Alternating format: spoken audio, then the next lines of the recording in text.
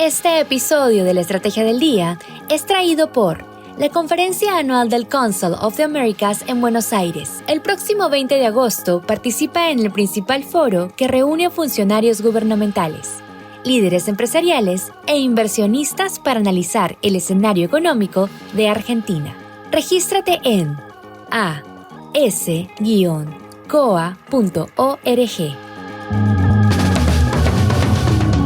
La Estrategia del Día es traída para vos por bloomberlinia.com. Muy buenos días, bienvenidos a un nuevo capítulo de la Estrategia del Día. Yo soy Tomás Carrió, editor de Bloomberg Línea en Argentina, y hoy les voy a contar las 3 noticias más importantes para que arranquen su día. Además, este miércoles analizamos junto con Martín de la Fuente, economista de PAPSA, el resultado del canje de deuda con el que el gobierno buscó evitar una nueva pulseada por el tipo de cambio. 1. Tal como anticipábamos en el capítulo de ayer, el gobierno registró un superávit primario de 2,9 billones de pesos en julio, lo que redundó en un superávit financiero de 244.897 millones de pesos. Como es habitual, el dato fue confirmado por el ministro de Economía Luis Caputo a través de un mensaje publicado en redes sociales. Allí, Caputo destacó el resultado financiero superavitario, marcando que se alcanzó en un mes con una alta concentración de vencimientos de intereses de deuda, dado el pago de los cupones de los bonos globales y bonares. Ese pago de intereses de deuda pública netos de tenencias intrasector público, detalló el ministro, fue de 2,7 billones de pesos. Al respecto, el ministro de Economía también marcó que en julio el gasto primario se redujo 7% interanual en términos reales, aunque destacó que eso ocurrió a pesar de que los gastos en concepto de asignación universal por hijo crecieron 3,8%. En esa línea también dijo que el superávit fiscal se alcanzó en el marco de una reducción de impuestos acumulada de casi 3 puntos del PBI desde el inicio de la gestión. Con el resultado de julio, el sector público nacional acumuló en los primeros 7 meses del año un superávit primario de aproximadamente 0,9 puntos del PBI y un superávit financiero de aproximadamente 0,1 puntos del producto. La meta acordada con el Fondo Monetario Internacional para este año, cabe recordar, era de un superávit primario de 1,4 puntos del PBI. Hacia adelante, desde el grupo SBS ven que el plano fiscal tiene algunos desafíos en el horizonte, pese a ser el de mejor delivery por parte de la actual gestión. Entre los factores que definirán la trayectoria fiscal de acá a los próximos meses, ven que en el plano de los ingresos sigue sin manifestarse de forma clara algún tipo de indicio de reversión en los ingresos tributarios en términos reales. Esa dinámica, añadieron, dependerá en gran parte de la trayectoria de los sectores de la economía real que muestran un rezago. Por ese motivo se concentraron en la dinámica de los gastos y luego de recordar que el grueso de la motosierra ya operó entre 2024 y 2025, advirtieron: lo que resta es un ajuste quirúrgico sobre partidas políticamente sensibles como subsidios a la energía y transporte, planta del empleo público, transferencias discrecionales a provincias en la antesala del ciclo electoral 2027. 2. El riesgo país volvió a subir ayer y superó la barrera de los 500 puntos básicos. En una jornada marcadamente negativa para los bonos soberanos argentinos, en la que el contexto externo volvió a mostrarse adverso para los mercados emergentes, el índice que mide JP Morgan trepó ayer más de un 4% y alcanzó las 511 unidades, su nivel más alto desde fines de mayo. De esta manera, el indicador se alejó un escalón más del mínimo de 402 puntos que tocó en la primera quincena de julio, alejando así la posibilidad de que se abra en el corto plazo una ventana para una colocación internacional, algo que de todos modos no estaba contemplado en el programa financiero 2026-2027 que presentó el equipo económico del gobierno. Así, el riesgo país argentino ya borró por completo la caída que había registrado después de que la calificadora de riesgo S&P Global Ratings se convirtiera en junio en la segunda calificadora de mayor nivel en subir la nota de la deuda argentina a B-. El movimiento de los bonos, explicó Portfolio Personal de Inversiones en un informe a clientes, se dio en un contexto adverso para los mercados emergentes, aunque bonos de características similares a los argentinos retrocedieron apenas 0,2 o 0,3%. Esta divergencia sugiere que los factores idiosincráticos continúan pesando sobre el desempeño de la deuda local, analizaron. Así, los bonos globales acumulan una pérdida semanal de 0,8% en promedio en el tramo corto y de 2% en el tramo más largo. 3. La Secretaría de Finanzas anunció ayer una aceptación del 34,12% en el canje de deuda con el que buscó quitarle presión al tipo de cambio y a las reservas la semana que viene.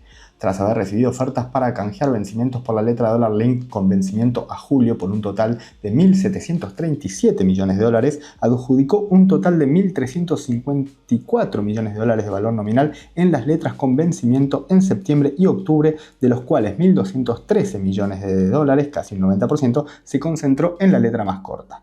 De esta manera, el equipo económico llegará al martes que viene, fecha en la que se fijará el tipo de cambio de referencia para esa letra con vencimiento en julio, con un valor nominal en circulación de unos 3.095 millones de dólares, por encima de los 2.247 millones de stock que tenía la letra de julio al momento del fixing. En aquella rueda, cabe recordar, el Banco Central cortó su racha de 135 ruedas consecutivas de compras y el Tesoro habría vendido casi 150 millones de dólares en el mercado de cambio para contener el tipo de cambio por debajo de los 1.500 pesos. Al respecto le preguntamos a Martín de la Fuente, analista de Babsa, qué lectura hizo del canje y qué puede esperarse en materia cambiaria para la semana que viene. Lo escuchamos. Con este resultado del canje, el fixing de la D31G6 se muestra algo desafiante. El Tesoro logró una adhesión del 34%, un número por debajo del 50% que nosotros considerábamos necesario para que el escenario sea menos complicado que respecto al que vimos en julio, y llamativamente por debajo también del 45% que habían alcanzado en el canje anterior, a pesar de haber ofrecido esta vez dos links cortas que en principio deberían haber facilitado mayor adhesión. No se terminó viendo en el resultado. Lo concreto es que al viernes, post liquidación del canje, van a quedar 3.095 millones de dólares de valor nominal en circulación de la D31G6, un número por encima de los 2.247 millones que había al momento del fixing de la D31L6, que es la L-Link de julio. Es importante recordar el contexto de lo que fue el fixing de julio, donde el Banco Central tuvo que recortar una racha de 135 ruedas consecutivas de compras y el Tesoro habría tenido que salir a vender cerca de 150 millones en el MULC para contener el tipo de cambio por debajo de 1.500, con un stock mayor al de julio. Tasas overnight encontrando un equilibrio más cerca del 24-25%, y el spot mayorista a 5 pesos de los 1.500, el fixing del próximo miércoles 26 de agosto tiene todos los condimentos para hacer una rueda más intensa que la que vimos el 28 de julio.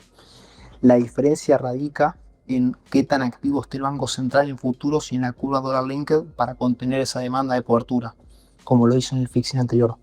Desde ya que vamos a ver al Banco Central con cierta dificultad para efectuar compras y vamos a ver un mercado presionando el tipo de cambio.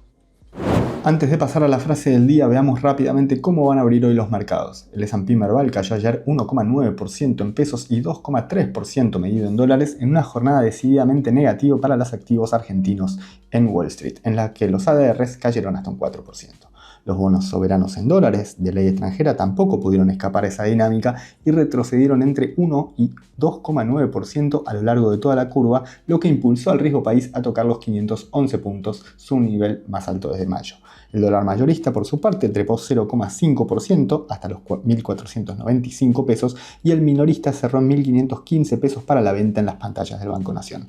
El dólar blue trepó a 1.555 pesos, el MEP a 1.517 y el contado con liqui a 1.577 pesos, en una jornada en la que el Banco Central compró 10 millones de dólares en el mercado de cambios, llevando así las compras acumuladas en agosto a 339 millones de dólares.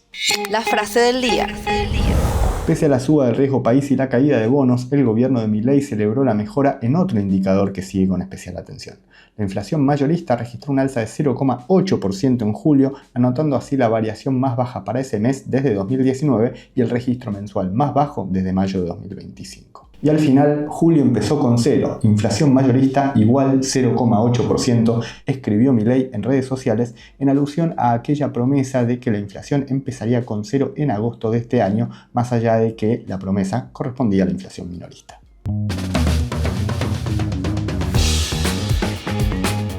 Este fue un nuevo capítulo de La Estrategia del Día Argentina. Yo soy Tomás Carrió, editor en Bloomberg Línea, y me podés seguir en X en @TomiCarrió. Muchas gracias por habernos acompañado hasta acá y nos reencontramos mañana.